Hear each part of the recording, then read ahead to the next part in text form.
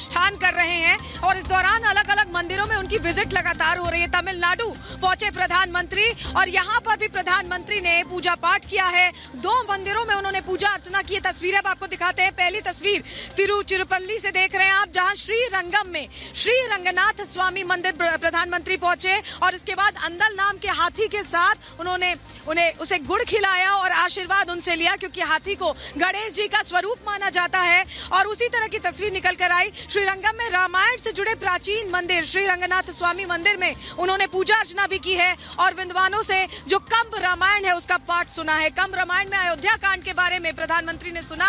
और सबसे बड़ी बात आपको पता है, कंब रामायण, क्योंकि रामायण के बहुत सारे एक तरह से कहें कि अलग अलग रूप है। कंब रामायण तमिलनाडु में वहाँ की भाषा में लिखी हुई है। कंब एक लेखक थे, उनकी तरफ से ये लिखी गई है और उसका अयोध्या कांड का पाठ प्रधानमंत्री ने सुना। और तमिलनाडु में इस प्राचीन मंदिर में आने वाले वो देश के पहले प्रधानमंत्री थे।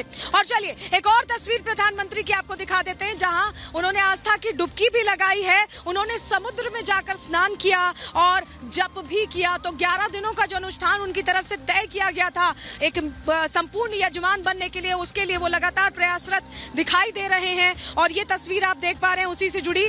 और ये तीसरी तस्वीर चलिए अब आपको दिखा देते हैं। प्रधानमंत्री नरेंद्र मोदी रामनाथ स्वामी मंदिर में जाकर उन्होंने पूजा अर्चना की है। तो ये 2 वो मंदिर तमिलनाडु के जहां प्रधानमंत्री आस्था में डूबे नजर आए।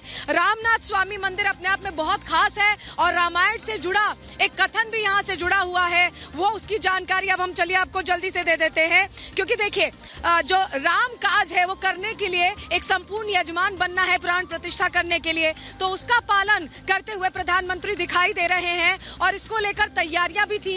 लेकिन ये 11 दिनों का अनुष्ठान प्रधानमंत्री कैसे निभा रहे हैं, कैसे अनुपालन करें, कैसे यम और नियम का पालन करें, चलिए वो जानकारी आपको दे देते हैं। देखिए प्रधानमंत्री 11 दिनों का अनुष्ठान कर रहे हैं और हर दिन विशेष मंत्र का जाप उनकी तरफ से किया जाता है। 1 घंटा 11 मिनट तक विशेष मंत्र का वो जाप करते हैं, पूजन करते हैं। और देखिए ब्रह्म मुहूर्त में उन्हें स्नान ध्यान करना होता है और साधना करनी होती है। इस नियम का भी पालन कर रहे हैं प्रधानमंत्री। कंबल ओढ़कर जमीन पर ही नींद ले रहे हैं और ये 11 दिनों से देखिए लगातार जब तक प्राण प्रतिष्ठा नहीं हो जाएगी ये यम नियम का पालन करते रहेंगे। नारियल पालन का सेवन कर रहे हैं और नित्य गौ पूजन करना भी उसमें शामिल। अभी हाल ही में आपको तस्वीरें भी हमने अंदर की खबर में दिखाई थी, प्रधानमंत्री गौ सेवा कर रहे थे। और इसके अलावा अन्न और कपड़े का दान भी इसमें शामिल है, जिसको लेकर प्रधानमंत्री लगातार कोशिशें करते दिखाई दे रहे हैं। तो ये 11 दिनों का अनुष्ठान है जिसको प्रधानमंत्री ने नियम के तौर पर इसका पालन लगातार किया है। और चलिए अब आपको दुनिया भर से तस्वीरें दिखा देते हैं। सिर्फ अयोध्या ही राममय नहीं है, बल्कि दुनिया से अलग अलग खूबसूरत तस्वीरें सामने आ रही हैं, जहां राम नाम की गूंज अयोध्या से निकलकर पूरी दुनिया में सुनाई दे रही है। आप तस्वीरें देख रहे हैं अटलांटा की, वॉशिंगटन की और ब्रिटिश संसद की भी। ये सभी जगह राममय होती नजर आ रही है। अटलांटा में बड़े बड़े पोस्टर्स लगे हैं, होर्डिंग्स लगे हैं, जिस तरह से राम मंदिर का निर्माण हो रहा है। तो वहीं वॉशिंगटन में कार मालिक ने देखिए भजन कार्यक्रम आयोजित किया गया है उनकी तरफ से। सबका अपना अपना तरीका है अपनी आस्था प्रकट करने का।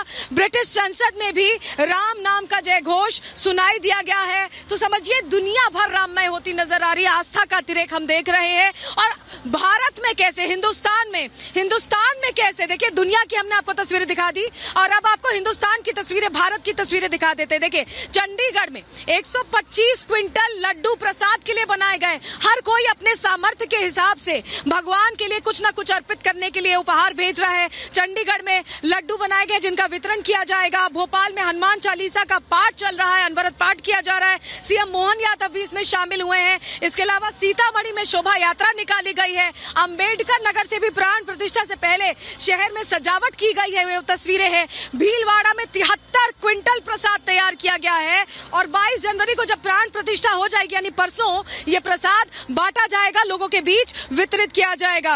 और देखिए रामलला की प्रतिष्ठा में अब सिर्फ प्राण प्रतिष्ठा में सिर्फ 2 दिन बचे और रघुनंदन के लिए जो आने वाले तोहफे हैं उसको लेकर भी लगातार रिपोर्ट्स आ रही हैं। उसी से जुड़ी रिपोर्ट को सजाने का सिलसिला शुरू हो चुका है। मेरे पीछे जो तस्वीर आप ये खूबसूरत देख पा रहे हैं, ये प्रभु राम के मंदिर का वीआईपी गेट है। यहाँ से तमाम वीआईपीज एंटर करेंगे।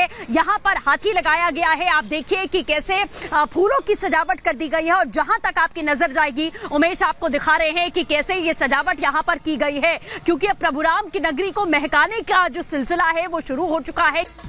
इतना ही नहीं, रामलला के लिए अफगानिस्तान से भी तोहफे आए हैं। कश्मीर से आए भक्त धर्म के बंधनों से ऊपर उठकर श्री राम के श्री चरणों में उपहार भेंट कर रहे हैं। कश्मीर के कुछ मुसलमान भाई और बहन आए थे। उन्होंने बड़ा आनंद व्यक्त किया कि यहाँ रामलला का मंदिर बन रहा है। उन्होंने मुझे कश्मीर का 2 किलो केसर जो ऑर्गेनिकली प्रोड्यूस्ड है वो श्री रामलला की सेवा के लिए भेंट किया। प्रभु को समर्पित हो रहा है ये सब, देश भर का समर्पण, जाति, भाषा, प्रांत, इस सब से आगे बढ़ कर के पूरा समाज प्रभु राम के लिए अपना समर्पण भेज रहा है। चाहे वो नेपाल से आने वाली भेंट हो, चाहे तमिलनाडु से आने वाला भेंट हो, चाहे वो कश्मीर से आने वाली केसर हो, प्रभु के चरणों में इस समय इस भेंट और सत्कार की एकदम एक पंक्ति लगी हुई है। प्रभु श्री राम को लेकर भक्ति की आस्था जितनी बड़ी है, भक्त अपने आराध्य के लिए उतने ही बड़े और अनोखे तोहफे लेकर अयोध्या पहुंच रहे हैं।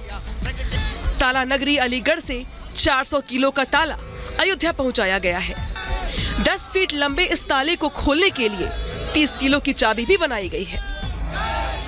अलीगढ़ को ताले की नगरी भी कहा जाता है क्योंकि वहाँ का ताला जो है वो बहुत फेमस है और हर जगह से उपहार श्री राम लल्ला के लिए आ रहे हैं। उसी कड़ी में आपको दिखा दें कि ये विशेष ताला है जो अलीगढ़ के लोगों की तरफ से आया है। अलीगढ़ के लोगों ने भेंट स्वरूप रामलला को भेंट किया है।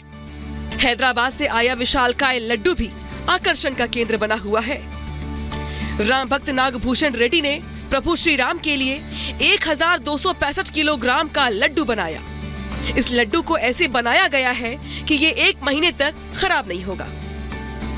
ये विशेष तरीके का लड्डू है जिसका वजन जो है 1200 किलोग्राम से भी ज्यादा ये लड्डू है जो हैदराबाद से आया है, जिसकी तस्वीर आपको दिखा रहे हैं। ये खास लड्डू बनाया गया है और 1265 किलोग्राम का ये बताया जा रहा है। आपको बता दें कि 1265 इसलिए क्योंकि जिस दिन भूमि पूजन हुआ था उसके बाद से अब 1265 दिन हुए हैं, इसलिए 1265 किलोग्राम का ये लड्डू है।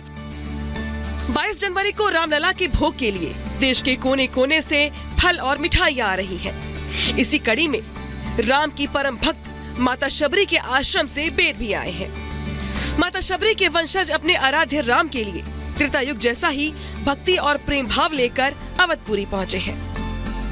ये जो बेर आए हैं ये माता शबरी के आश्रम से ही आए हैं। ये बेर एक बार मैं दिखाना चाहूंगी अपने दर्शकों को। ये देखिए, ये बेर जो है भेंट किए जा रहे हैं राम लल्ला को और इसकी खासियत भी है। देखिए, ये जो पेड़ है ये भी आपको दिखा देते हैं। ये पेड़ भी खास तरीके का पेड़ है। राम की नगरी में राम के ऐसे भक्त भी पहुँचे हैं जो राम मंदिर आंदोलन से लेकर अब तक कड़ा तप कर रही हैं। इस चित्रकार ने अपने ब्रश और रंगों से कई ऐसी तस्वीरें बनाई जो आज भी आंदोलन के इतिहास को जीवंत कर देती हैं। ये राम भक्त 26 सालों से नंगे पैर ही रामकाज में लगा है। सबसे पहले मैंने एक चित्र बनाया था। जब शुरू में आडवाणी जी की रथ यात्रा आई थी। उस यात्रा में मैंने एक चित्र भेंट किया था बना करके और राम जी को सिक्कों के बीच में बंद किया था। और उस पर लिखा था हमने, अरे हिंदुओं करिए ध्यान, तेरे बंदी हैं भगवान। कहते हैं राम को जानने का सबसे आसान जरिया है रामायण, लेकिन क्या आपने सबसे महंगी रामायण के बारे में सुना है? अयोध्या में इन दिनों विश्व की सबसे महंगी रामायण भी पहुंची है। इस रामायण की कीमत करीब 1,65,000 रुपए है। इस रामायण की लकड़ी, कागज, स्याही सब कुछ बेहद खास है। दावा किया जाता है कि रामायण का प्रिंट 400 सालों तक ऐसा ही रहेगा। Bureau report, Republic Bharat.